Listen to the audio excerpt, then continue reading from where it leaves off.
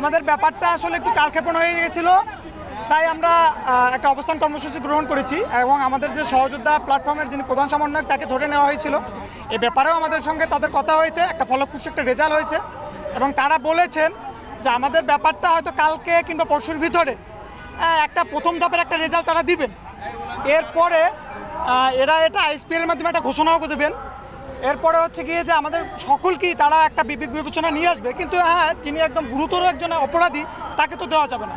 এটা আমরাও বলছি, এখানে যিনি অপরাধ করেনি তাকে বিবেক বিবেচনা নিয়ে আসা হোক, এবং তারা তাতে সহমত পোষণ করেছেন। এবং আমাদের সহযোদ্ধা প্ল্যাটফর্মের যিনি প্রধান সমন্বয়ক, ওনারা দেখবে আমরা আমাদের এখান থেকে কোনো উস্কানিমূলক যদি বক্তব্য না যায় এবং যদি না হয় তাহলে ওনাকেও ছেড়ে দেবেন, ওনারা সেটা আশ্বাস দিয়েছেন।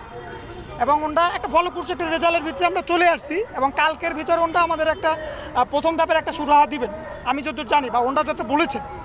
তো এই জায়গা থেকে যেহেতু আমাদের ওনারা একটা আর্মি পার্সন বা সেনা অফিসার, তারা বলেছেন যে আমরা তোমাদের ব্যাপারটা নিয়ে দেখছি এবং কাজ করছি এবং আমাদের উপরে বিশ্বাস রাখো। তো ওই জায়গা থেকে আমরাও ধৈর্য শক্তি ধরছি, তাদের উপরে বিশ্বাস রাখছি। আমার কাছে আমি দৃঢ় বিশ্বাস যে বাংলাদেশ সেনাবাহিনীর অফিসাররা এবং বাংলাদেশ সেনাবাহিনীর প্রধান এবং নৌবাহিনীর প্রধান, এরা হচ্ছে মানবতার দূত এবং একজন শুদ্ধতম মানব, এবং এরা চাইলে আমাদের ব্যাপারটা নিয়ে ডিসপোজাল দিতে পারেন এবং তারা অবশ্যই দেবেন। আমার এই বিশ্বাস রয়েছে বাহিনীর।